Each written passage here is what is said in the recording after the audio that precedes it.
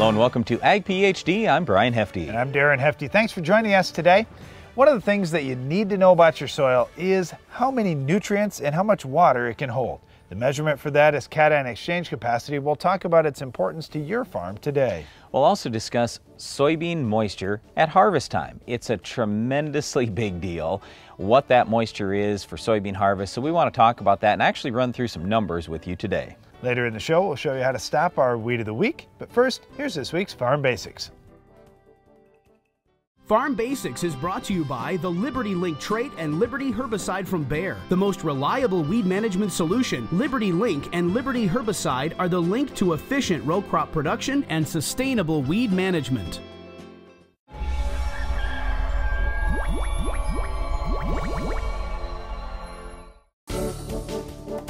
During our Farm Basics time this week, we want to talk about how you actually physically pull a soil sample. And this is one of the big things we're often talking about here at Ag PhD, is doing more work yourself on your farm, and work that, isn't just for fun, it's work that actually pays you really good money. This is one of these $100 an hour jobs that we talk about quite often. It's how do you physically pull a soil sample. You have to do things just right. So when you're out in the field to pull a soil sample, here's where it all begins. We want that soil probe to have a mark on it for exactly how deep you want to be.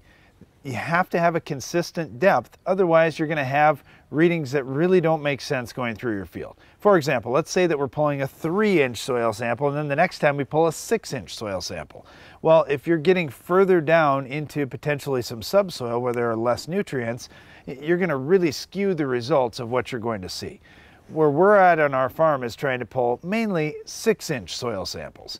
So what we do to make sure that we stay at that 6-inch depth is we'll actually take a grinder and grind a mark around our probe. That way we can see, hey, we just need to push it in until we get to that mark and then we stop. This way we can be at the same depth every time.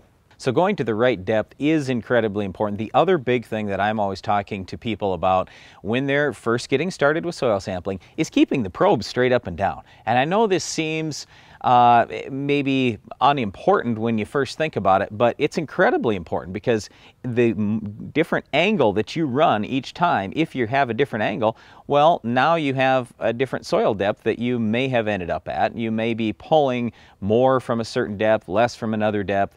The point is we want to keep that probe straight up and down every single time. So go to the right depth, but keep that probe straight up and down every time. Well, that's all fine and dandy, Brian, as long as the soil is dry. What happens when that soil is a little bit sticky? Well, things can get obviously a little sticky in that probe. So you have to make sure that you're getting all the soil out of the probe. You don't want soil hanging up and then all of a sudden you aren't getting much of a core from the next place you pull from. So a good way to do it, there's a couple of things here. First of all, you can use WD-40. Name brand WD-40 will not skew your soil test results. So you can spray your probe with WD-40 and that will help slide things out. The other thing that you could do is you could get a wood dowel. A wood dowel works pretty nice to just push the soil right out as needed and keep that probe clean. I've heard some people talk about having a bucket of water along and just every once in a while wash that probe out. That's something that you could consider doing too. Just know that there are going to be spots in fields, depending on the soil conditions out there, that could be a little sticky, so you have to be prepared when you're heading out. Even with the water, if you get some of that water into your sample, that effectively could skew your data just slightly because there are things like calcium, magnesium, and a number of other nutrients in that water. Okay, the other thing that I always like to talk to people about when they're first getting going with this whole soil sampling thing is how exactly are you going to pull the cores? Where are you going to pull them from? So quite often we're talking about grid soil sampling. Now you can set up a zone too, but even if you set up a zone, we'd still like you to set grid points out in your field, or I could call them zone points out in your field, so you can repeat this whole process. We want to go back and sample from the same area in the same field again a year from now, or 2 years from now, or 3 years from now, and then find out how we're doing. That's really why we're doing soil sampling in the first place, is find out how we're doing. Do we have enough fertility? Are we depleting the soil? Whatever. So what I like to do is just drive right to the grid point, So we've got it marked GPS. I can repeat this, and I don't care if it's a four-wheeler or a pickup. What I do is I step out and I pull 2 cores on that side. I pull 2 cores in front, 2 cores on the other side, 2 cores in back. I've got all 8 cores. I just dump them in my bucket, and then I take my bucket, dump it in the sample bag, done. That's it. You don't have to do any mixing anymore. The soil lab will do mixing for you. So you can just throw it all together, and then the lab will take all those things, mix them together, and pull and properly run the sample.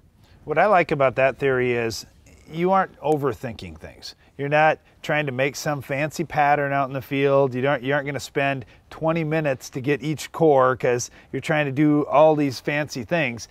You're just going out and getting it done. Now, if you say, well, I've got a unique situation. Maybe I've got a strip till band that's deep and it's every 30 inches out in my field. How do I account for that? Well, there's a couple things you could do.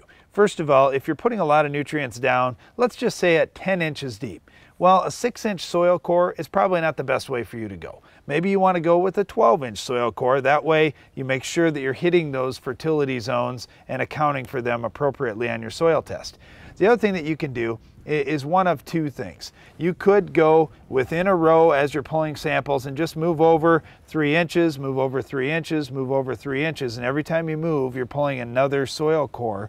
That way you're kind of getting a feel for the whole profile between one row and the next. Or you could do some sort of a zigzag pattern where you're pulling here and then you move up and skip a row and go over 3 inches, then you move up and skip another row and go over 6 inches, that kind of thing. So you can set up the program however you want to on your farm. Just try to be representative of the entire field in your samples. Well, once again, how you actually pull the soil sample is incredibly important. We've got to have a representative sample if we're going to have good data in the end. Well, another thing that's incredibly important is stopping our weed of the week. We'll show you how coming up later in the show.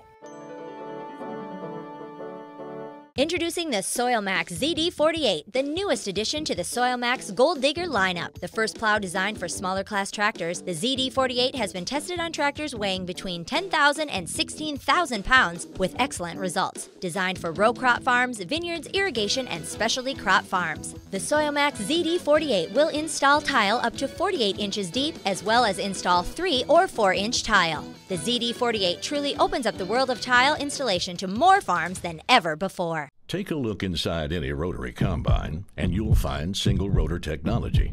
Technology Case IH introduced over 35 years ago with the axial flow combine. But unless it gives you more bells and whistles with fewer belts and chains, more power using less fuel, it's not an axial flow. Because while the heart of every rotary combine beats red, only Case IH gives you the power to do more. Compaction created during planting leaves thousands of dollars of potential yield in your fields. Copperhead Ag has developed the Furrow Cruiser spiked closing wheel to close the seed trench more effectively. With a unique combination of closing power and control, the Furrow Cruiser provides earlier, more even emergence and higher stand counts, returning yield potential and putting profit back in your pocket. For more information on why you should never run a traditional closing system again, visit copperheadag.com. There are trillions of hardworking microbes right beneath your feet. Today, Monsanto BioAg is harnessing the power of microbes, creating microscopic farmhands that help plants access nutrients, enhance root and shoot growth, and handle stressful conditions throughout the season, protecting and maximizing your yield potential. We're turning 500 trillion microbes into 500 trillion new farmhands, ready for work. Nature, its powerful technology. Are you looking for an easy way to apply dry powdered products to your stored grain? Do you want to use the applicator recommended by industry leaders for products like Diacon D and other dry powder products? Changing Time CT applicators successfully apply a diversity of products quickly, easily, and accurately. The innovative CT applicators are designed to give you the most accurate application of products such as talc, inoculants, fertilizers, and other dry products. For commercial use or on the farm, you need the applicator industry leaders are using. CT applicators for the changing times.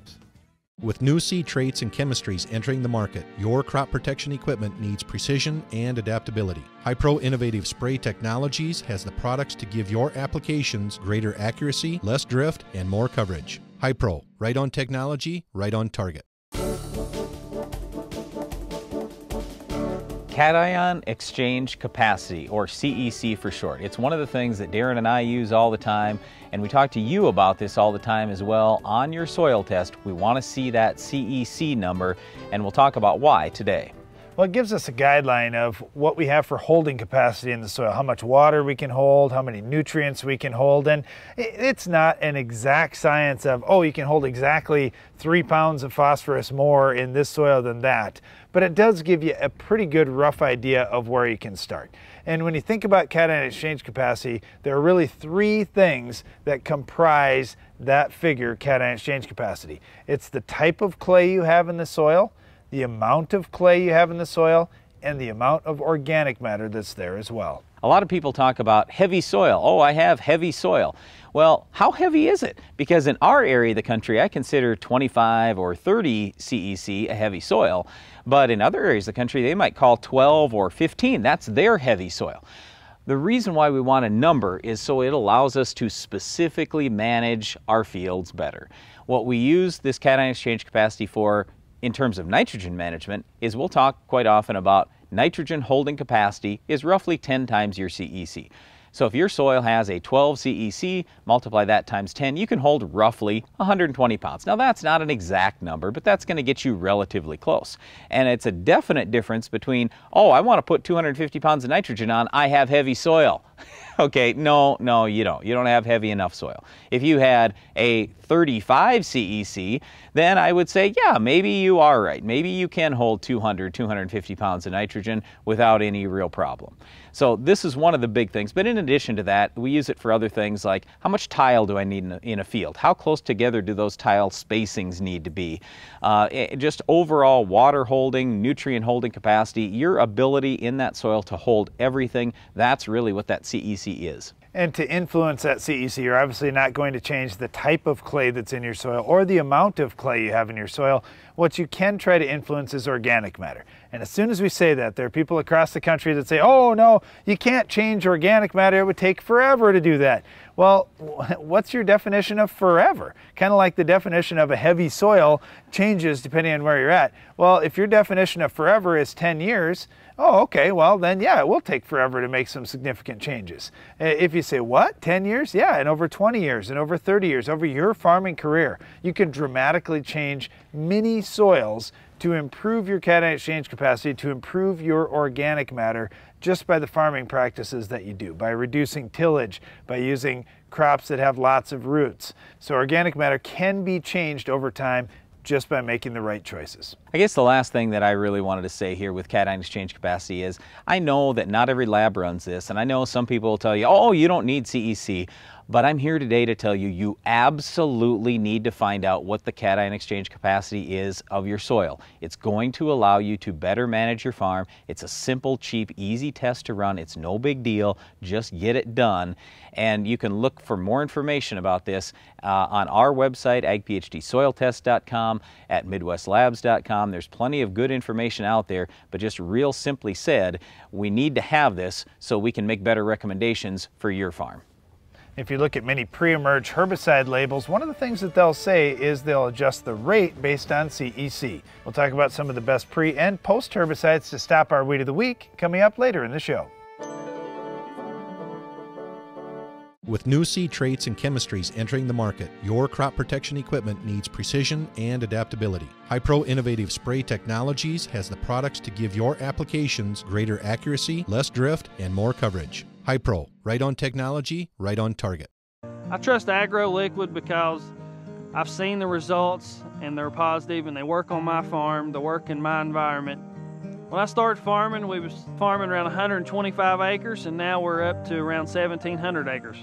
I think I was recognized as the Tennessee Young Farmer by being a leader in the community and also being innovative. I'm always looking for new products, but I got to make sure that those products are sustainable. I've got a 2-year-old and a 4-year-old and I would love for them to farm this land. Take a look inside any rotary combine and you'll find single rotor technology. Technology Case IH introduced over 35 years ago with the axial flow combine. But unless it gives you more bells and whistles with fewer belts and chains, more power using less fuel, it's not an axial flow. Because while the heart of every rotary combine beats red, Only Case IH gives you the power to do more.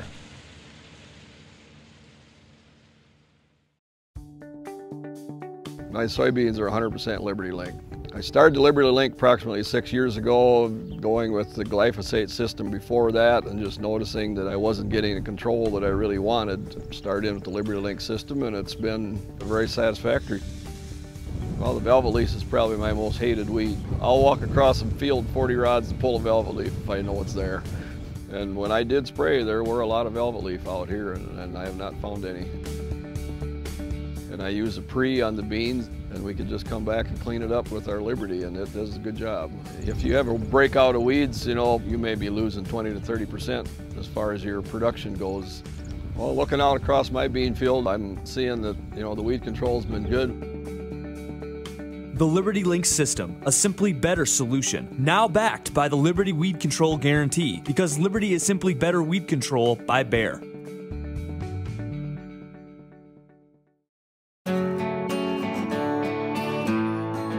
The ease of use on the Spartan is pretty simple. I can hook this up in 5 minutes. Anybody that runs a chopper that chops any sort of sorghum, cane silage, anything like that, anything that is tough that ever goes down, Spartan is the best thing that we have found, and we've been looking for something like this for over 15 years, and it blew me away.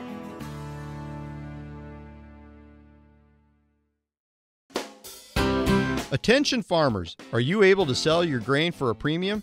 Your local Agri-Dry dealer can show you how farmers are seeing a return on their investment with Agri-Dry products this year. Higher test weights, even distribution of forage material, and target moisture premiums are all benefits Agri-Dry customers are seeing on their grain sales tickets this year. Are you ready to start making more money on your stored grain? Visit agridryllc.com to find your local dealer today. What's the right soybean harvest moisture? Well, just about every farmer out there knows that we're shooting for 13%. But how big a deal is it if you're right at 13%, or if the beans are a little too wet or a little too dry? That's what we want to talk about today. There's so many things to talk about here and not enough time to get to all of them, but what I'm looking at with soybean harvest is being out there timely, being ready to go. You can't wait until the last minute getting a soybean combine ready, for number one. Number two, you have to have the bin space all ready, the trucks all ready, everything. You cannot slow up at all during soybean harvest. And that moisture percentage is going to change during the day. So getting going as soon in the day as you can before you start losing that moisture is a really big deal. This year, one of the things that we're extremely concerned about is pod and stem blight. We're seeing some pod and stem blight show up in different areas of the country, and when that happens, or when almost any disease really impacts your soybeans, they're going to drop moisture so fast once they're ready for harvest. So you just have to be ready to go. All right, in terms of that moisture drop, what I often run into on our own farm is our guys will say, well, I don't know, the beans aren't quite fit yet this morning. It's a little tough, so we'll just wait a while. And the problem is by the time they're out in the field, the beans are 11%, and we've already lost all kinds of money. So I'm just trying to say, and this is the thing I tell our people too, hey, we're going to be out in the field when the beans are 15, okay? Because quite often, in our geography at least, we go from 15 to 14 in an hour, we go from 14 to 13 in another hour, and now we're less than ideal moisture once we drop below that 13. But let's talk specifically about how big a deal really is this. I just want to give you a real quick example. 13% moisture beans versus 8% moisture beans. That's a 5% moisture gap, right? But what we figure is 1.5% shrink per point of moisture. So you take 5 times 1.5, that's 7.5%. Let's say we had 50 bushel soybeans. In effect then, 7.5% of 50 bushels, that's 3.75 bushels. If you have $10 soybeans, that's $37.50 an acre. $37.50 an acre. Okay, so what would you rather do? Take a tiny little dock for bringing in 13.5 or 14 or 14.5% moisture beans, or give up $37.50 an acre? But this is one of these things, I call it the hidden yield loss. Hidden profit loss, because nobody ever notices. For example, your wife's not going to give you a hard time if you have this big check that you got from the grain elevator, right? But your wife might give you a hard time if she looks at the settlement sheet and it says, oh, you got a dock. You brought in beans that were too wet. Okay, so I'm just trying to say you're all set up to bring in dry beans, and that's kind of the way the whole system works, because nobody will tell you, oh, your beans are too dry. The elevator just takes them, no big deal, you get your money, that's just the way it goes. You just lost all those bushels, they said goodbye. So what I'm trying to tell you here is take the little dock. You're way ahead to do that as opposed to give up all that yield. The last point I'll make is it comes back to your planning going into next spring and going into this spring. What are you going to do for varieties? There's so many farmers that I talk to across the country that plant one variety of soybeans on the whole farm, and then they try to put it all in 2 or 3 days like my brother does. You know what? That's nice. The problem is all those beans are going to mature at about exactly the same time, and you aren't going to be able to get through all those fields and get ideal moisture. What you really need to do is spread out your maturities just a little bit, plant more varieties of soybeans. That way you can kind of step your way into that harvest and at least have a few extra days of ideal moisture percentage in some of those fields. We just encourage you, before you get going hard this harvest season, really think about what moisture do I want to be at, and make sure you're as timely as possible. And this may mean you have to harvest parts of fields early. This may mean splitting fields, whatever. I don't care. All we're trying to do is help you put more dollars on your bottom line, and don't be afraid to take that little dock for beans that are slightly wet, as opposed to having those beans drop down to 8, 9, 10% moisture. Well, you may not have noticed that hidden profit loss Brian was talking about, but if our Weed of the Week's in the area, you will certainly see it. We'll show you how to stop it coming up next.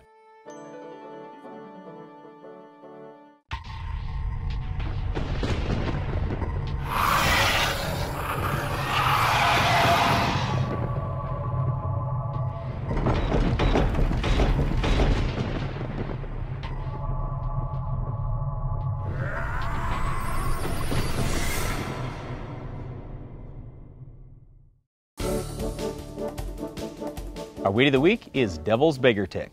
Devil's Beggartick is an annual weed, and it's a wildflower. So some people actually spread this, and I'm sorry, if you're one of those people that say, oh, it's beautiful, I want to spread it Yeah, but around. a lot of people spread it unknowingly because it'll catch on their clothing and then they move it around. Well, that's certainly true. And the problem is, once it has spread around, it's tough to get under control. It's a member of the sunflower family, so when we think about control options, if you know what controls sunflowers well, chances are that's going to be your best option. See, I actually don't think it is that difficult because we have so many herbicide choices compared to what we used to. We prefer verdict down in corn, but Balance Flex works pretty well too. Post-emerge status is our favorite. Well, Brian, in soybeans, you're going to love it. I like Basagran post-emerge. All the Basagran. A full rate of Cobra if you're out there trying to control pigweed, something like that. Hey, Roundup's not that bad. And I like starting out with something like Optil. That way you've got the Pursuit in there early and some Sharpen to burn any that are up.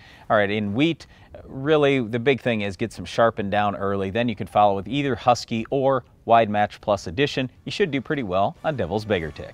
Well, our weed of the week is Devil's Beggartick. Don't let it spread because it's pretty. Get it under control on your farm. That's all time for this week's weed, but Iron Talk is coming up next. I would recommend Morton for many reasons, but one is that they have a long history of standing behind their buildings. Our sales experience with Morton was a nice experience. You know, they told us what it was going to cost, what it was going to be, you know, how it was going to run, and it worked out really well for us. Morton has built me one heck of a nice building, and it should stand for a very, very long time. I was very happy with the workmanship. Check us out online at mortonbuildings.com. We've been dealing with AgriLiquid a little over 7 years. I was skeptical, to be honest, but I watched the results from several clients. Those results were increased production and reduction in input cost. With AgriLiquid, we saw an increase in the size of the initial root mass. For ranchers, that means forage production a lot quicker. AgriLiquid works. The bottom line is profitability.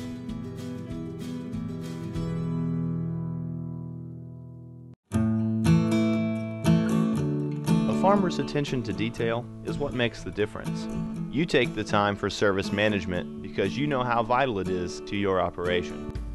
You service your field like everything else because soil sampling makes all the difference and gets the results you want. Download the app Soil Test Pro and start grid sampling today. Keep your farm growing strong. The more you test, the more you know. With the success of the Case IH Tiger Quad Track and Magnum Road Track tractors, It's no secret why Case IH is the leader of the track. So it wasn't surprising when the competition started imitating us. But only Case IH offers a 5-axle design to give you a smoother ride, more power to the ground, with less berming and compaction. Still, we're flattered. In fact, if we weren't already red, we'd be blushing.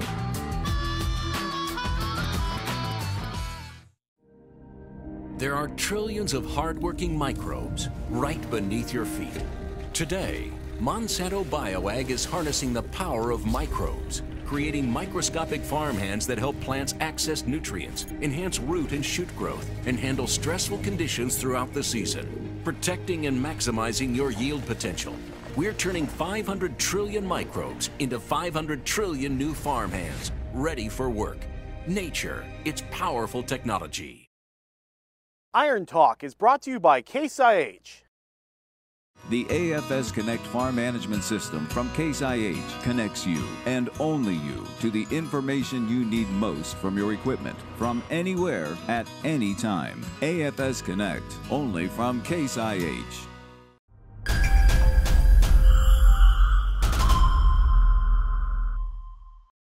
In today's Iron Talk, I'll give you a short checklist of things to look at on your combine before and during soybean harvest.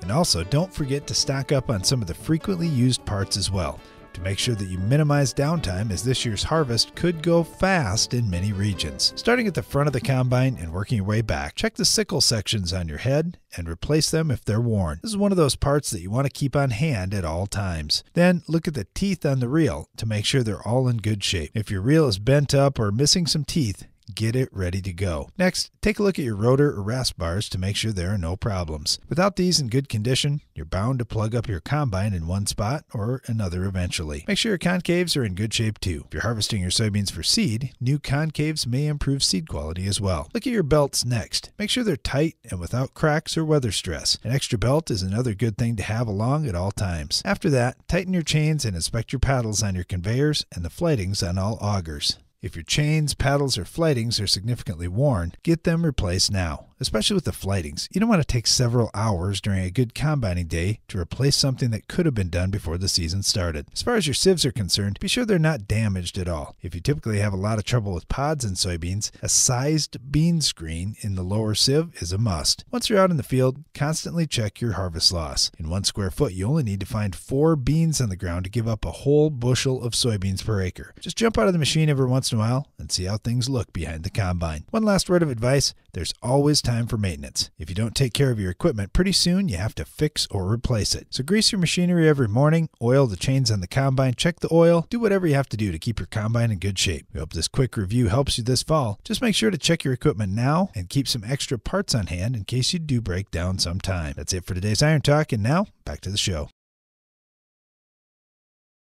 Closed captioning for Ag PhD is sponsored by Norwood Sales. On your farm, you need speed and year-round effectiveness in your tillage program. The Quick Till from Norwood Sales allows you to move quickly through your fields, maximizing time and improving yield. Constructed of heavy-duty materials, the Quick Till is ideal for both spring and fall applications, from preparing a healthy seedbed early in the season to breaking up corn residue after harvest.